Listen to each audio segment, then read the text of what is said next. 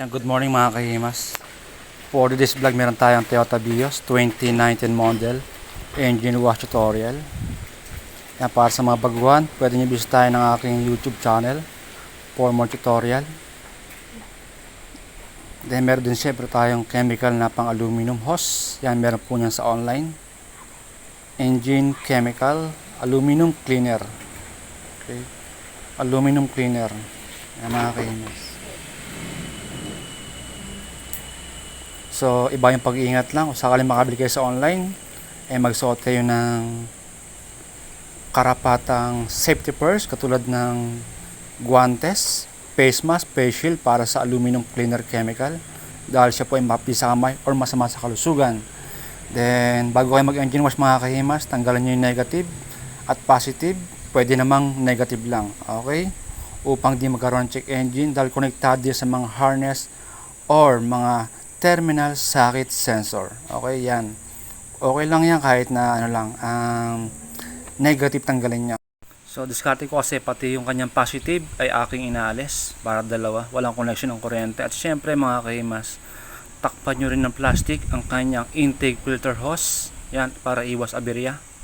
Yan, para sa mga baguhan. Or magtanong kayo sa mga mekaniko. Para safety first. Syempre mga kahimas, pati ang kanyang insulator ay wag na wag kayong mag-spray ng pressure water dahil pwede kayong makasira katulad nito na sa picture dahil yan po ay gawa sa manipis na lawanet. Mamaya papakita ko ng tutorial kung paano maglinis ng insulator na hindi gagamit ng pressure water hose. Yan, marahil sa ibang shop ay in-engine wash ito dahil nasira na yung kanyang insulator, bagsak na. So kailangan mga kahimas, lahat ng abot ay ma-applyan nyo ng chemical or makuskusin ninyo ng maayos hanggat abot ng ating mga kamay. Pwede rin po kayo gamit ng detailing brush or paint brush sa hindi abot ng inyong mga daliri. At katulad ng sabi ko ay iba yung pag-iingat. Iwasan na nyo maputol ang kanyang cable harness or mahugot ang mga terminal circuit sensor dahil pwede ang pagsimulan ng check engine based on my experience. At syempre mga kahimas, hindi lang makina ang ating iingatan sa ating isasagawang engine wash tutorial, pati rin ang kanyang mga pintura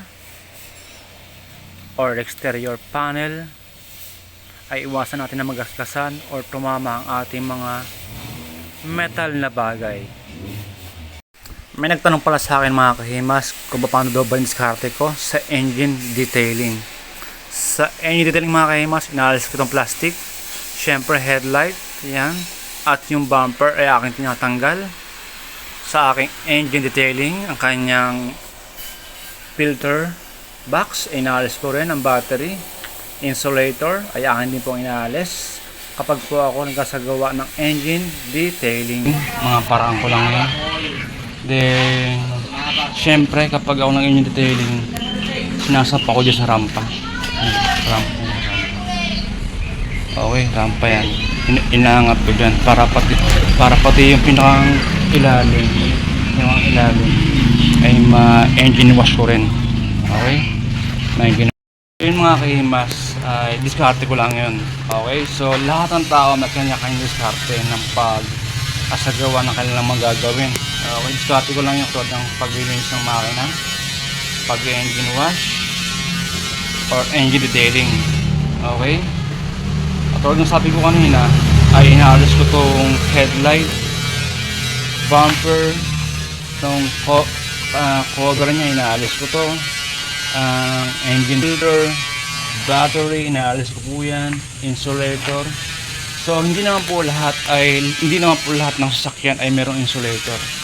Okay, so option ko lang yung mga kahimas, diskarte ko lang yun sa mga sinasagawa ko mga engine detailing. Meron kasing customer na nakapanood ng channel ko. Ano raw ba yung mga diskarte ko ng pag-engine detailing. So ayun mga kahimas, no, ganun yung diskarte ko.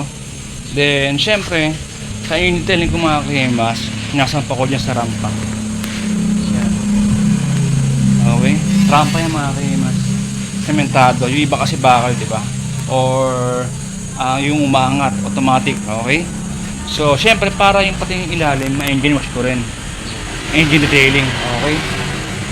Yung mga transmission, ilalim ng makina, di ba? Para malinis ko rin na maayos or ma-applyan ko ng mga, kapag meron mga tagas, na-applyan ko ng degreaser, ang mga gasolina, para matanggal yung mga langis or leak. So, yun lang mga kahimas. So, bago ang lahat mga kahimas, bago ay magtanggal ng battery, connection, okay? Paandarin muna natin. Check natin yung kanyang gauge panel. Okay. So kailangan mga kahimas ay ganoon pa rin ang kalabasan ng ng gauge panel. Kung ano yung lalabas na indicate diyan, ganoon pa rin after natin mag engine wash. Okay. So yun mga kahimas, na bago pa natin paandarin, papakita ko pala yung computer box sa kabila. Andito yung kanyang computer box nasa kabila. So ito siya. So meron siyang drawer mga kahimas. Tinanggal ko na siya yung drawer. Ayan, yung drawer. Okay. Toyota Vios 2019 model. So ito siya mga kahimas. Ayan. Computer box, ECU, module, engine control. Okay, maraming tawag dyan mga kahimas. Para sa mga baguhan, yung maraming harness. Yung iba kasi mga kahimas na mga unit, or lagi ko sinasabi yun, depende sa mga sasakyan. Merong mga unit or sasakyan na ang kanyang computer box ay nasa loob ng engine. Okay? Yung iba nandito. Kaya sa mga baguhan dyan, bisitahin yung aking YouTube channel for more tutorial. Sari-saring samot-samong sa mga sasakyan, meron ako dyan para magkaroon kayo ng idea, or pwede kayong mag-comment or message sa akin sa mga gusto magpo-tutorial, online tutorial, or sa mga baguhang car wash employee, car wash owner via messenger. Yun nga pala, shoutout pala kay sir na taga Bataan. Ayan, kachat ko siya nung nakaraan, nakita niya yung aking mga tutorial sa YouTube. Ayan, nanap niya ako sa Facebook. Ayan po yung Facebook ko. Ayan, libre po yung mga kahimas, no? Sana po ay matagpuan nyo ako na hindi ako busy para ma-tutorial ko kayo ng maayos. Okay?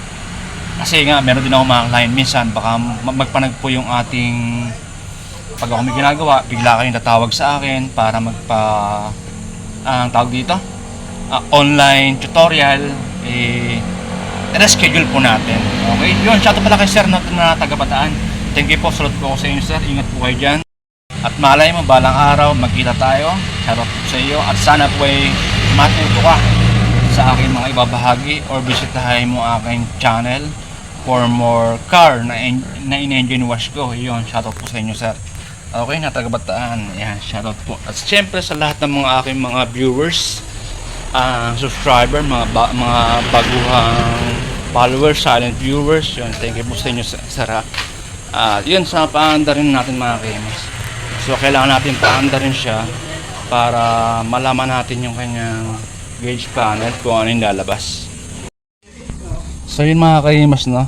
Ayan, automatic transmission. Okay, ayan. So bago nyo paanda rin, kailangan naka-parking. Ayan ha. So paanda rin natin. Usi. Hayaan mo natin mag-ilaw ng 5 seconds bago natin paanda rin. Okay? So ayan mga kahimas, pasensya na kayo, maingay dahil meron naga-grinder at maingay dahil nabagsak yung mga bunga ng mangga. Ayan, dahil nakahinog na. Ayan mga kahimas, so yan po yung lumabas sa kanyang gauge panel, indicate. Kailangan ganyan pa rin po yung lalabas after ninyo mag-engine wash. Yan para sa mga baguhan mga lods, no? Para sa mga baguhan. Ayan. Then sa mga gusto mag-DIY, bisitahin nyo lang yung aking YouTube channel. Yan, sa mga car owner. Yan. Siyempre, bago kayo mag-DIY, pinamaganda meron kayong blower. Okay, malaking bagay po ang blower, lalo na sa mga terminal socket sensor. Okay? Para hindi magkaroon ng aberya, kailangan nyo muna i-blower bago ninyo paanda rin. Mga kahimas. Ngayon natin.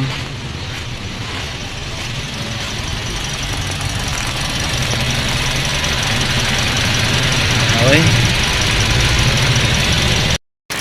So yun pala mga kahimas, na meron pala tayo dyan followers, subscriber, solid viewers na mga nagtatanong sa akin. Pwede daw babasahin yung ang alternator. Marahil bago lang sa channel ko kaya hindi niya nakikita yung mga iba kong tutorial na binabasa ko yung alternator kapag ako nag-engine wash. So wala kasi tayong cameraman, gamit lang kasi natin istante. Ayan mga kahimas, naka-standby lang siya. Okay, so malay mo someday pag lumago ang ating channel magkaroon tayo ng cameraman. Okay, kaya pasensya na po kayo. Binabasa ko po yung alternator. Okay, hinuhugasan ko rin po yan. Pero mas pinakamainam bago nyo hugasan ng alternator o maghugas ng makina, lagi nyo tatanggalin ang connection ng battery. Okay, pwedeng negative, pwedeng positive, yung dalawa na.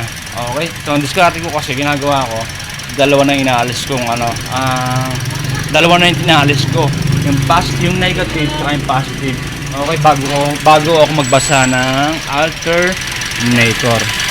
Okay, yan.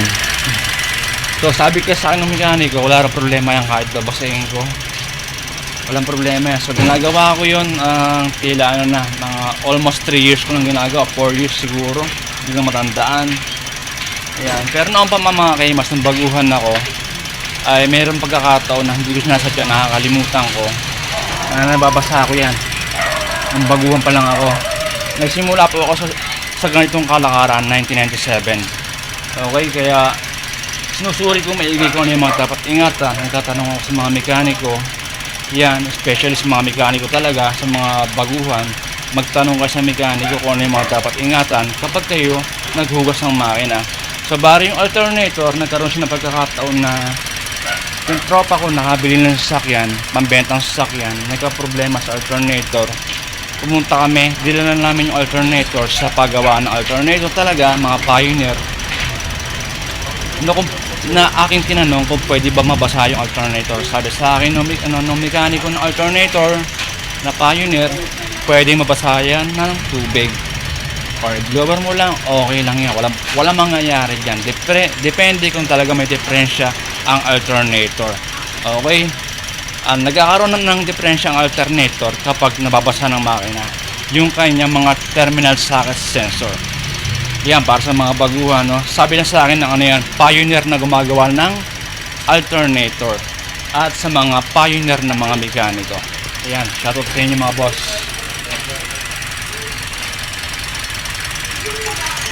Ayan siya. Okay, so mandar siya mga kahimas. So, ito yung kanyang gauge panel. Katulad na sabi ko mga kahimas, after nyo mag engine wash, kailangan ganyan pa rin nilalabas. Okay, syempre nakabukas yung kanyang parking, yung kanyang yung kanyang pintuan nakabukas.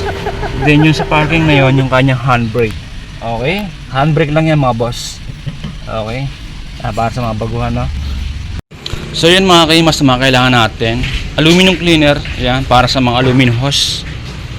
Okay, ulitin ko, yan, para sa mga baguhan, meron yan sa online, aluminum hose. Pero pinakamainam, kapag kayo gumamit ng aluminum hose chemical, ay magsuot kayo ng gloves, face shield, or face mask. Okay pa, dahil mas mahal sa kalusugan.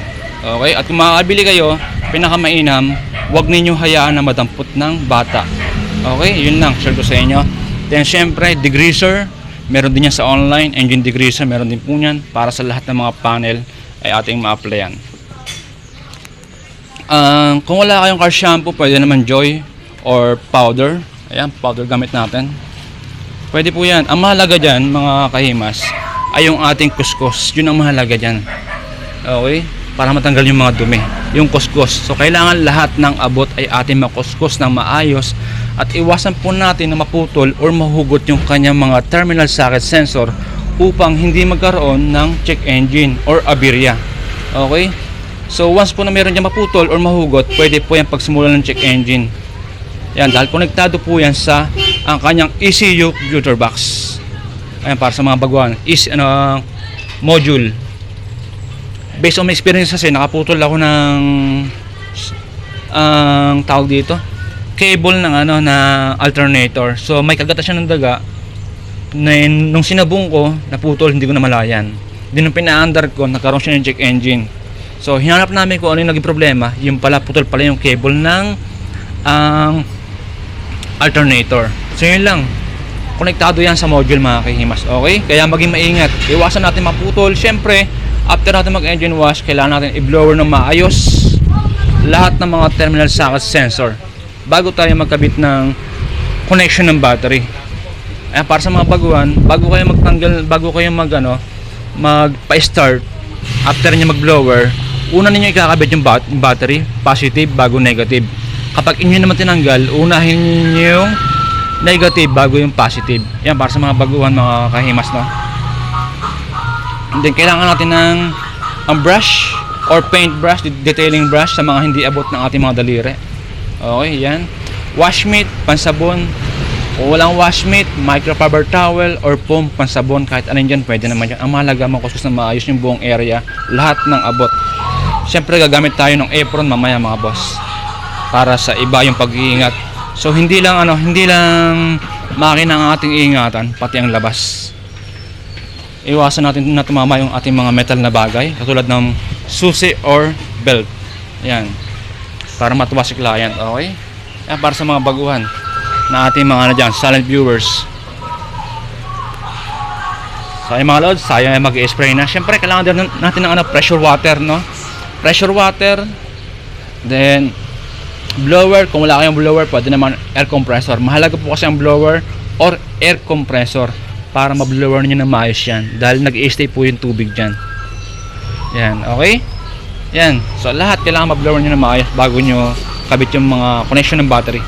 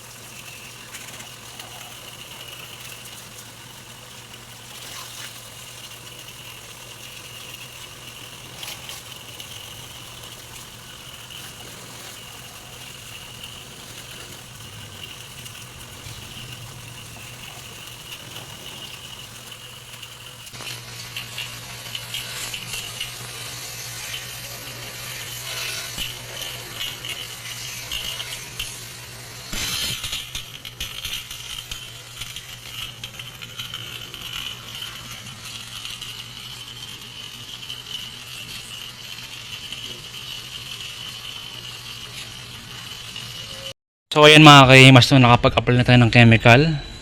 Nalagyan na natin ng chemical yung buong area. Siyempre yung kanyang mga aluminum, ayan mga kahimas, okay na. Ayun, aluminum. Okay. Ayan. Gamit tayo. Ayan, siyempre engine degreaser, nakapag-apply na tayo sa buong makina. Ayan sa hood. Ayan. Ayan. Then mamaya papakita ko yung tutorial nito, paano maglinis ng insulator na hindi gagamit ng pressure water upang hindi kayo makasira. Okay? Ayan. So meron tayong, ayan, kahit alin dyan mga kahimas na pansabon. Pwede kayong gamit ng microfiber towel, foam, washmate. Yan, pwede yan, pansabon, kahit alin dyan. And detailing brush, kung wala kayong detailing brush, pwede naman paintbrush sa mga sulok-sulok. Okay? Depende sa mga sizes na gusto nyo. Ayan. So tayo man ay magkasabon sa buong area na tayo ng powder. Ayan. Ayan. Kung wala kayong car shampoo, pwede naman yung powder, or Joy dishwashing, pwede naman yung mga kahimas.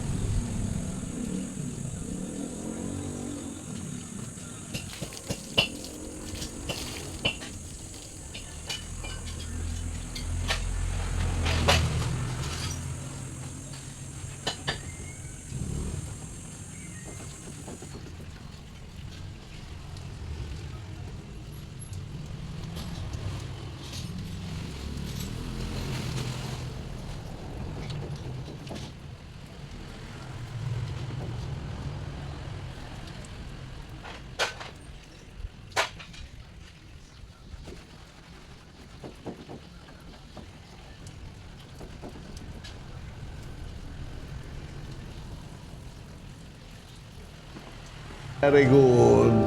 Very good. Salamat, kumpadre.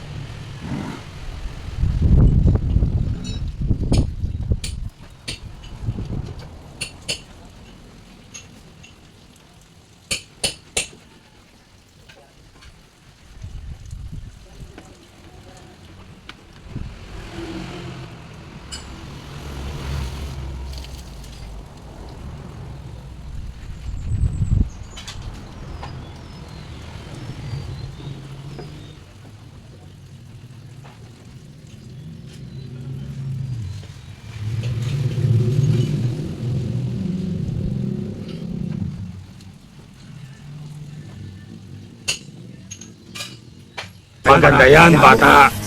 Pinahanga mo.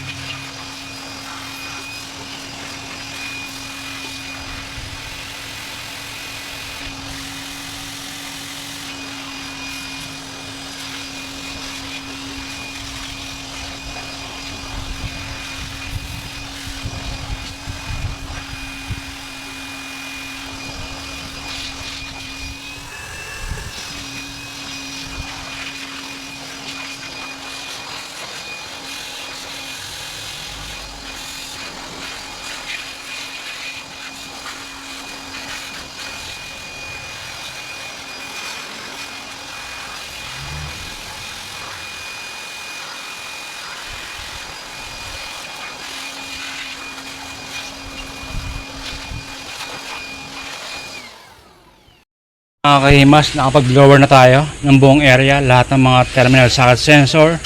Bago nyo ikabit yung positive tsaka negative, make sure na na-blower ninyo lahat ng mga sensor. Okay? So kinabit ko na yung positive tsaka negative. And then paandarin natin. susi, syempre.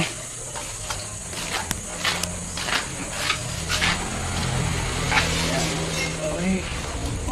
Ayan. Dali natin. Ayan mo natin umilaw.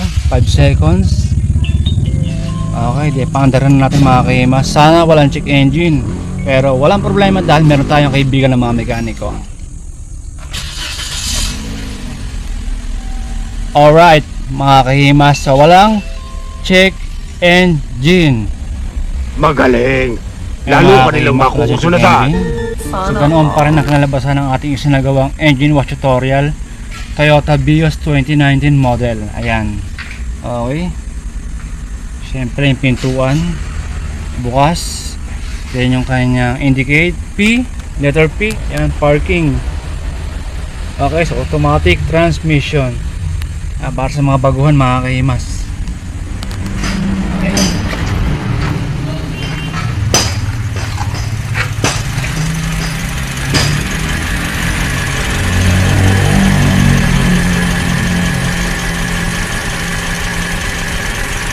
Ay mga kahimas, wala siyang check engine dito sa ating sinagawang engine wash tutorial. Yan, para sa mga baguhan, pwede nyo bisitahin ang aking YouTube channel for more tutorial. Okay, then shoutout po sa lahat ng mga bagong subscriber, mga silent viewers. Ayan, thank you na marami. Ayan, pwede nyo share itong video para makatulong sa ating kapwa na gusto matutong mag engine wash. So thank you for watching, keep safe and God bless. So, thank you po.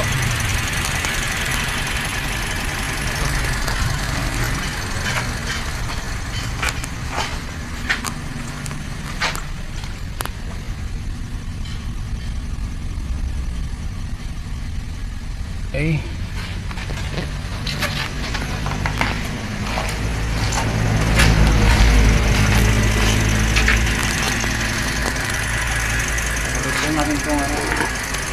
Balikan natin itong kanyang engine cover. Ayan. Okay.